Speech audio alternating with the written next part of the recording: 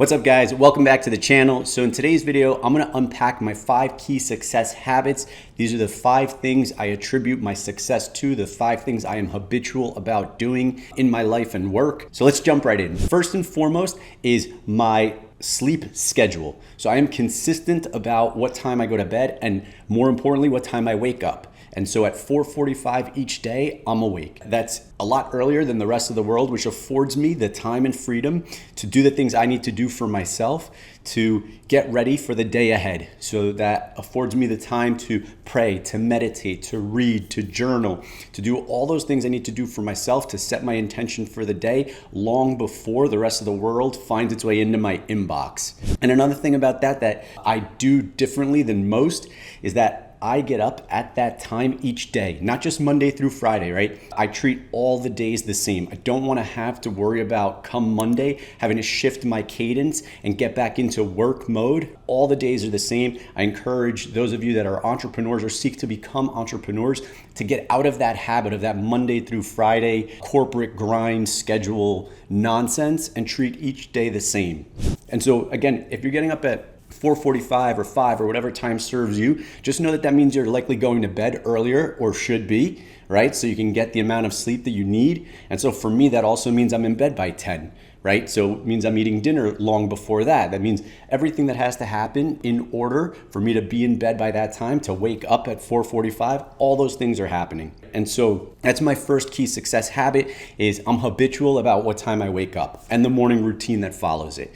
Second key success habit is movement, right? It's getting active, physiologically moving my body. So again, this is something I've been consistent about for many years now, but I would say really habitual about for the last 2.5 years since training specifically for events. So something I like to do is put something on the calendar that I can train towards, and then in blocks have structured training plans.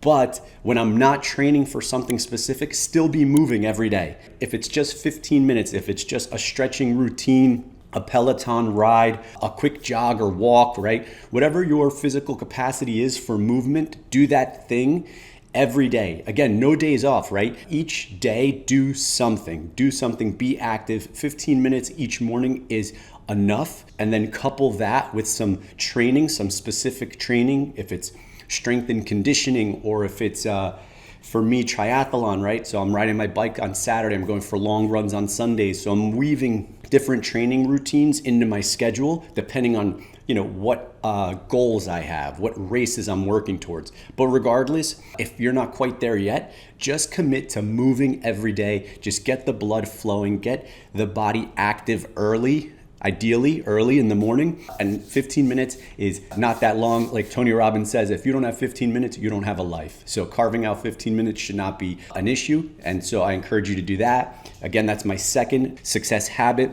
So my third $1 million success habit is a peak productivity window.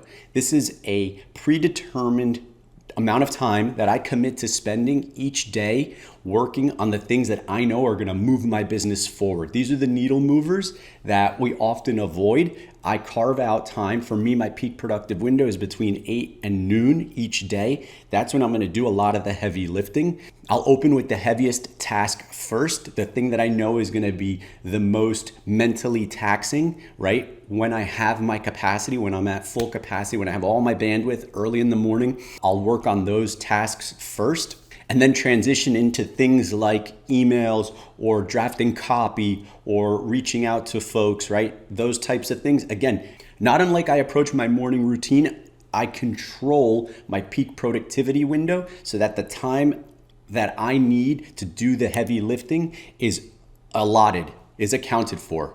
So again, that peak productivity window is that amount of time each day that I carve out to do the things that I know I need to do to move the needle in my business, in my life, right? These are the things that create real shifts.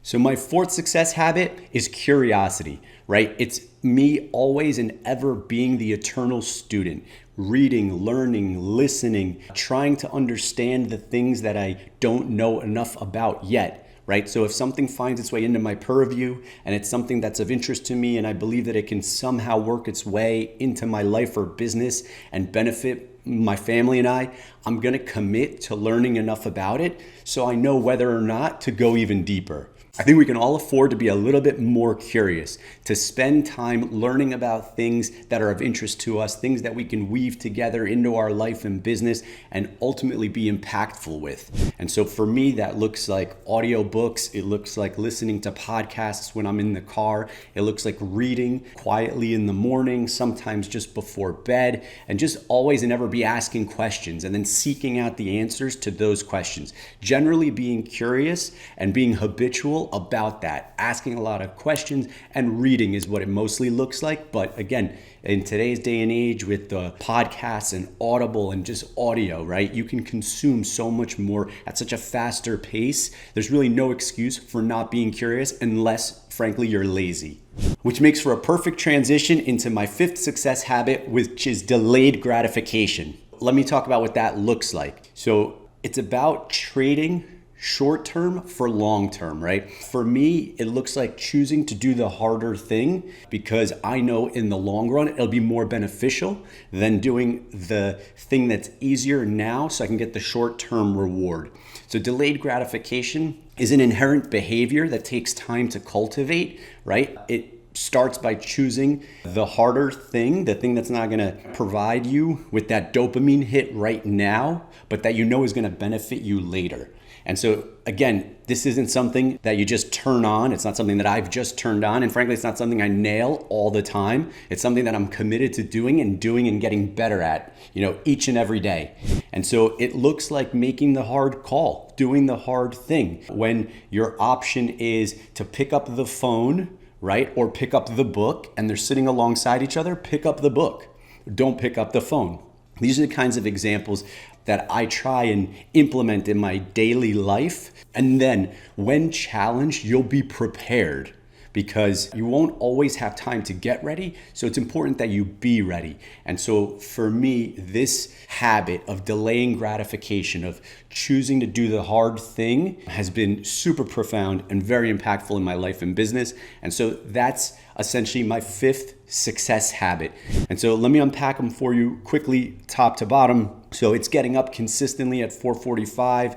It's moving every day, if just 15 minutes, on off days, but at least moving, getting the blood flowing each and every day. It's carving out time for that peak productivity window where you do the hard things, where you eat the frog, right? Brian Tracy reference, or do the things that move the needle, right? It's about being curious, reading, constantly asking questions, listening to audiobooks, consuming material that will keep you sharp, keep you ever and always growing and learning. And then finally, it's about delaying gratification. For me, that's the habit of doing the hard thing because I know in the long run, it'll be more rewarding than doing that thing that's gonna give me the dopamine hit in the short term.